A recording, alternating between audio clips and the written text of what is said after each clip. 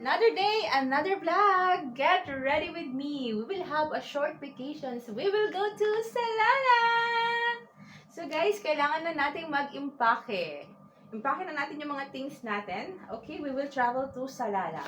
Actually guys, Salala is one of the famous destination in Sultanate of Oman.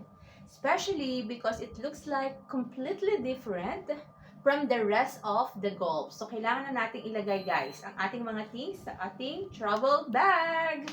So, naka-ano na siya, guys. Naka-label na to in day 1, day 2, day 3 outfit. So, ayan. Para hindi ako mahirapan. So, lalagyan na natin siya dyan. Okay? Yan. Second outfit and the rest. So, ito siya, guys. Hindi siya pwedeng walang label para hindi ako mahirapan. Of course, ang hindi mawawala ang aking special kit. Nandito na ang aking shampoo, lotions, and everything. So, stay tuned guys. See you in my next vlog in Salala. Bye!